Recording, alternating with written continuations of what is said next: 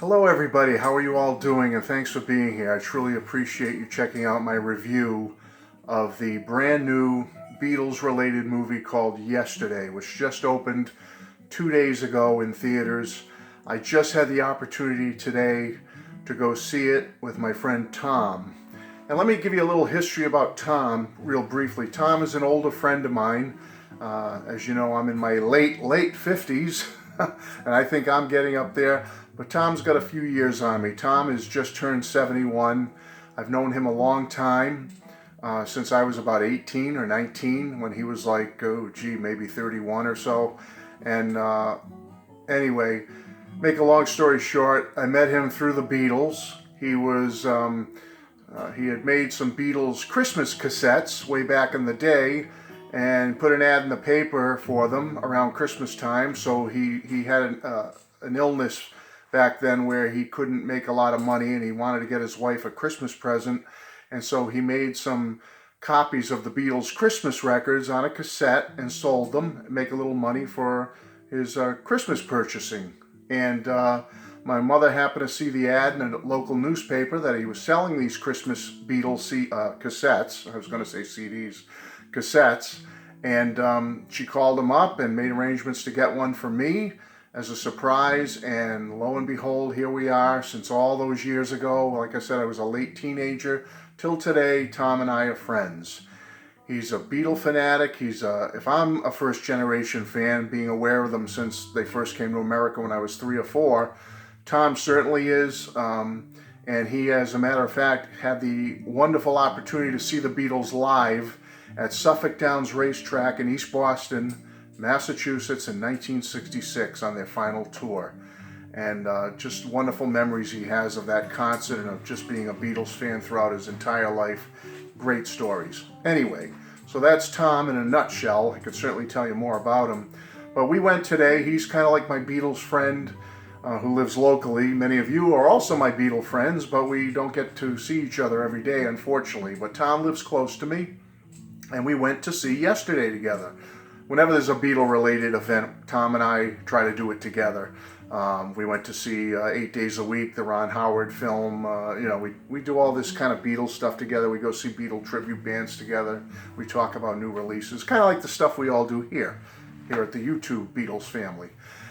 Okay, back on track. So, Tom loved the movie Yesterday. He was really into it and loved it. And I have to say for myself, I liked it a lot. And the reason I'm differentiating there is because, Tom just fell in love with it. He's from that era, being a little older than me, and it really hit him emotionally, and it hit me emotionally as well. But there was just a couple of little things about it in my review. You'll hear them that were a little bit, brought it down just a notch or so for me. But I still liked it a lot, folks. I'll give you my grade at the end. I'll do it on an A, B, C, D, E, F scale. Let me just say, first of all, I'll give some grades to some basic categories. The music itself by Hemish Patel. I thought his versions were very nice versions, and I have to be honest, in the interest of full disclosure, before I went to the movie, I didn't want to read any reviews or read anything in the paper about it, but I did listen to the soundtrack on Spotify. It's up and available on Spotify. And I must admit, folks, it generated a lot of emotion in me. I have to say his versions were very well done. Some of them were very true to the Beatles originals, and some of them were kind of off a little bit and kind of their own thing, which was fine. I really enjoyed them and thought they were great. I'll give them a B+, the versions of the Beatles music. The story itself, I'll give a B. I mean, you have to suspend disbelief a little bit, with the whole thing, the power outage around the entire world. And he falls off his bike, and when he wakes up, he seemingly believes that he's the only person that remembers the Beatles, and that whole storyline thing, which I'm not going to go into now and waste time. You all know it by now. I'll give that a B. It was a nice story, cute little story. Had obviously the Beatles theme running entirely through the movie, and then you had a little side subplot of the love story between the main characters in the movie, which I thought was nice. A very sweet addition to have that. If you're into romantic type movies or romantic comedies, you would enjoy that aspect of it. And I thought it was fine, and I give it a B. The story was a B. Now, for me, and again, there's going to be spoilers in this, so you know, I'm probably going to put it in my header here and everything. The scene near the end involving John Lennon, I give an A+, an absolute A+ rating. That was fabulous. It came out of left field. I have to be honest, I expected more, that we'd perhaps have a chance to see maybe Paul or Ringo do a cameo, you know, as maybe like, you know, Paul was, you know, a retired professor or English teacher somewhere now, and Ringo was, you know, a retired businessman or something, or whatever Ringo would be doing, you know. But I really expected that that could possibly happen, and I was a little tad disappointed that they didn't have a little of that, maybe alluding to where Paul, George, and Ringo were in 2019, you know, and what could have been in an alternate universe. But I'll let that go and just say I'm so happy that John got his due, and that scene at the end just broke my heart. And I'll talk about that in a minute when I get near the end of the video. It got very emotional for me, that scene, and touched me deep down in my soul, I'll say that. And but I'll talk more about that in a minute. Let me go on here. As for the song choices, great songs. I mean, obviously it's a generalized movie going out to the public at large, so they're not going to put nuggets in there or Leave My Kitten Alone or you know, songs like that we all know and love. So I pretty much knew it was going to be standard fare, kind of like, you know, what's on the Red and Blue album. That's what everybody knows and loves in the general population. So I that's cool. I had no problem with the song selection, but it was the balance I thought could have been a little better. Okay, they had, you know, George, Here Comes the Sun, and Something, and really nothing from Ringo. I thought they could have thrown in with a little help from my friends. They alluded to with a little help from my friends, but it was never a musical piece. That could have been in there to give Ringo a little bonus.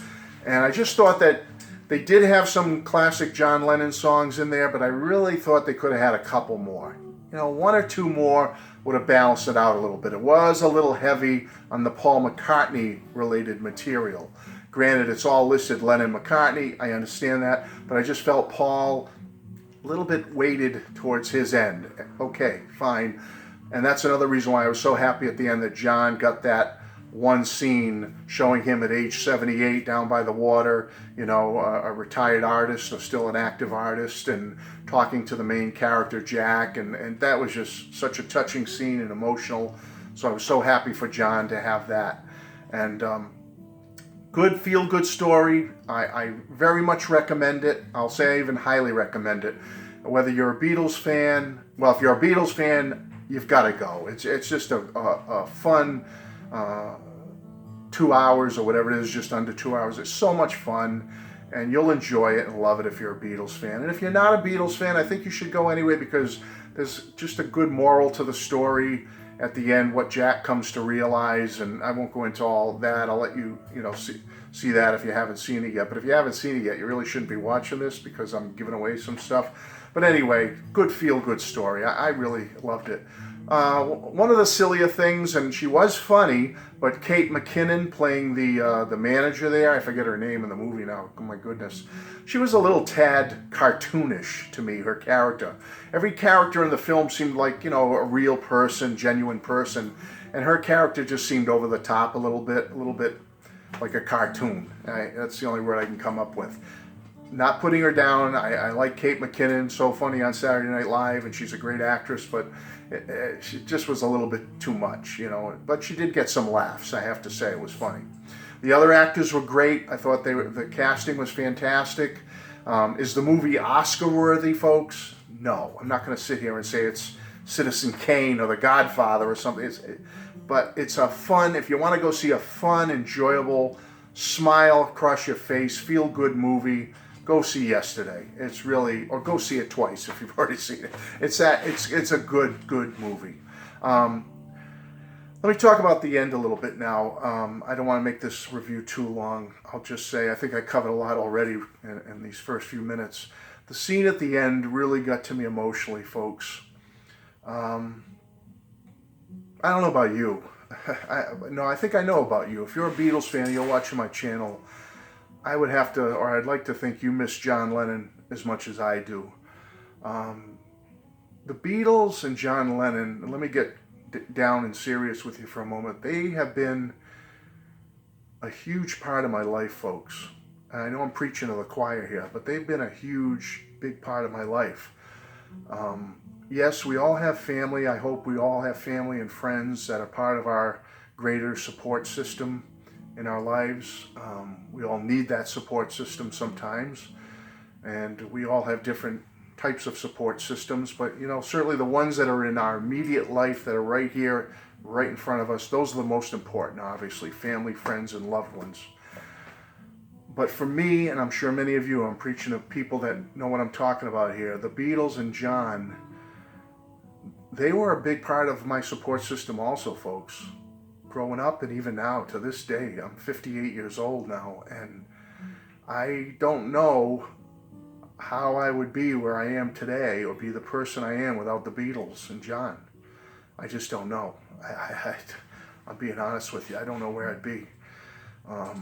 They carried me through so much. And I know people watching this that don't really care a lot about the Beatles or love the Beatles like I do are probably maybe laughing at me or making fun of me right now. And I don't care. Go ahead. Laugh at me. Make fun of me. But I kind of feel bad for those people, folks. I feel bad for anyone out there who watches this, or even those who aren't watching this, who have not had the experience or had the ability in their life to understand the magic and the joy, the love, and the happiness that the Beatles can bring if you let them into your heart and into your mind and into your soul, and the joy they can give to you.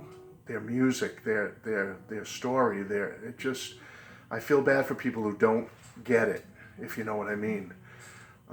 But we do get it, and I certainly get it. And that dream to have John here, let me go to John for a minute.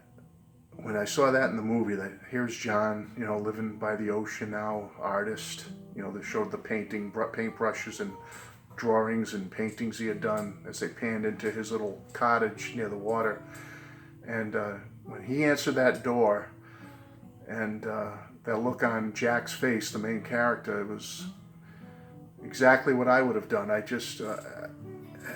would have asked him for that hug. I would have said, do you mind if I hug you, John? Because I would have just been so grateful to see him there, to know that he was in this alternate universe where the Beatles never were, that he was still alive, that the chain of events that led to that dark day in 1980 never happened, because the Beatles in the alternate universe never happened. And there he was, 78-year-old man, and they did a wonderful job with the actor who played him, with a kind of a general guessing appearance of what John would look like today. And the voice was craggier, like an older man's would be, like Paul's is today. When Paul speaks, he doesn't speak like he did when he was 35 or 38. He speaks like a 77-year-old man. And so John's voice reflected that in the movie. He had an older voice. He's an older man. And but they did a wonderful job portraying him. But bigger than that, as I was starting to say, was the emotion of what if? If John could be here. And the dream I'm sure many of us have had, I know I've had it, like, what would the world be like today if John could be here? If he could still be part of our lives, if he had been allowed to go on and make beautiful music, and how many albums would he have done, and tours, and getting involved in social justice and peace and love in the world. And, I'm not saying the world would be perfect, but I'd like to think in my heart that if John had lived and was a 78-year-old man right now, like in the movie, that he would have made the world a little better of a place, don't you think? Whether it was just his music or his actions or his words, I just think he would have. And that's why I honor him today over my shoulder with some pictures of him from some albums I have, because I just think the movie was about the Beatles, and what if the Beatles weren't here, and how the world would be a lesser place without them. But thankfully we have the Beatles. They are here, and they'll never leave, and they're going to be here long after we're all gone. And so will John in spirit, but I still feel hurt and sadness that he left us in such a way he never should have. He should have had a chance. And I know George is in here, and I miss George too. But, you know, George passed, you know, from his own volition, from whatever in life, genetics, or from his smoking or whatever. He got cancer and he passed, and it was a sad day as well. But John didn't have that opportunity. He was taken from us far too soon, and in a way that is the most tragic and devastating way you can ever imagine, to lose someone you love. And it wasn't fair to John, and it wasn't fair to the world to lose him like that. So John would have changed the world, and our lives and the world have never been the same since. And so to see him up on that screen, portrayed up on that screen like that today, and there he was, you know, 78 years old, he would have still, it just broke my heart, you know. It was a very poignant moment. I loved it. It was my favorite part of the movie. Like I said, all, you know, the musical parts were wonderful. A plus when they did the In My Life segment and Let It Be.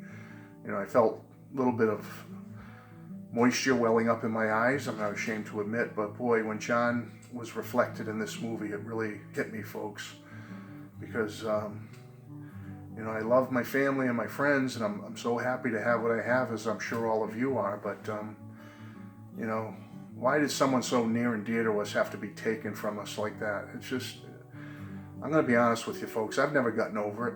I never will. And when things like this happen, a movie like this comes out, it just brings it all back for me, and I miss him terribly, and wish he were still here among us. That's it, folks. I didn't mean to go into you know, this type of emotional roller coaster here, but I miss him, and all I'll say is it's a fun movie, and please go see it if you haven't. If you have, let me know your thoughts about that near the end scene with John. That's it, folks. I don't know what else to say. I recommend the movie, and overall, I'm going to give the movie a B+. Wonderful. God bless you all. Goodbye.